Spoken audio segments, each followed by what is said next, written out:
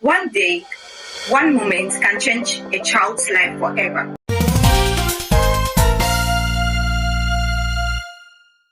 Hi everyone, welcome back to Talk with CC. There are some moments in life you don't plan for them, you don't expect them, but they change everything. We are still going on with Little Cici's story. Little Cici was just a child, no understanding of danger, no awareness of evil, just innocence. One day, she was left at home as usual. Something she's used to, she's not scared about. Then someone came, not a stranger, mark my words, not a stranger, someone familiar. And that's how it often happens. Not always strangers, but from people we think we can trust. At first, she didn't understand what was happening. Everything just felt wrong. Everything felt confusing. Her body reacted before her mind could even process whatever was happening. Fear, tension, she actually did freeze, and that moment, that confusion and fear was just so much. She felt violated and she was in so much pain. After the incident, the day passed on with the usual silence. At night, she had to cry herself to sleep. Poor child. It marked the beginning of something she didn't even have words for. She didn't understand what had been taken from her. She didn't understand why she felt the way she felt. All she knew was something was not right. And when it was over, life didn't pause. Nobody sat her down to explain anything. Nobody actually helped her process the whole situation. It was just another day, but for her, it was never just another day again. Because some things happen to you, and even when the moment passes, that feeling stays, right? The confusion stays, the fear stays. And for a child, that's where silent battles begin. Battles nobody sees, battles nobody talk about. Battles that shapes every single thing around you, shapes how you live, how you feel. That was the day her innocence was interrupted, and she didn't even know how to say it. So if you think children always speak up, I actually feel that they don't. Not all of them. They don't.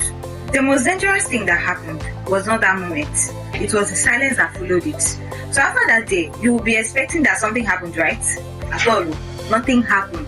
There were no questions, no conversations, no protection. Just nothing. Life continued like normal. And this is something a lot of people don't talk about. Sometimes, the pain is not just what happened to you. It's the fact that nobody talks about it after. So Little Cici was in so much pain. She was confused. She was scared. But she didn't have the words. And even if she tried, would anyone have understood her? No. She did what many children do. She kept quiet and she carried it.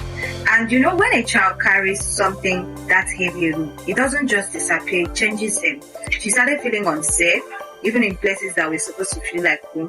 She became more withdrawn, more careful, more away, and something else started happening. She began trying to make sense of what she felt in ways she didn't even understand. Because when there is no guidance, a child starts figuring things out alone, and that can be so dangerous. But how do you explain something you yourself don't even understand? So she did not. She just kept living.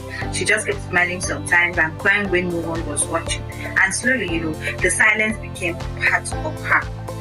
And once silence becomes your coping mechanism, it follows you everywhere. Into school, into your work, into friendship, into life, into relationship, even into marriage. That's how pain grows. Not just from what happened, but from what was never said. So if you've ever kept something inside, you understand this. After everything, life did not stop. She still had to go to school, she still had to play, she still had to act like a child, but inside something had changed. And that feeling of trying to act okay when you're actually not. That's what Little Cici did. She tried to laugh with other children and she tried to fit in. She tried to belong, but deep down she felt different. She felt broken even. And the truth is, when a child goes through something they don't understand, they start seeing the world differently. Trust becomes difficult. Safety becomes questionable. She started feeling more comfortable around girls because somewhere in her mind that felt safer. But even in that space, confusion followed her because nobody had guided her. Nobody had explained boundaries. Nobody had created a safe space for her to ask questions. So everything she was learning from the wrong places, from other children who were also confused. And that's how the cycles continue. Because when children teach children without guidance, it leads to more confusion than clarity. So she was searching for something. She was searching for connection. She was searching for safety. She was searching for understanding, but she didn't know where to find it. And sometimes when you're searching in the wrong places, you end up getting hurt again. That's exactly what happened to me. So guys, the next part is uncomfortable, but you know what? Follow me and turn on your notification for the next line of story. See you guys in the next story. Bye.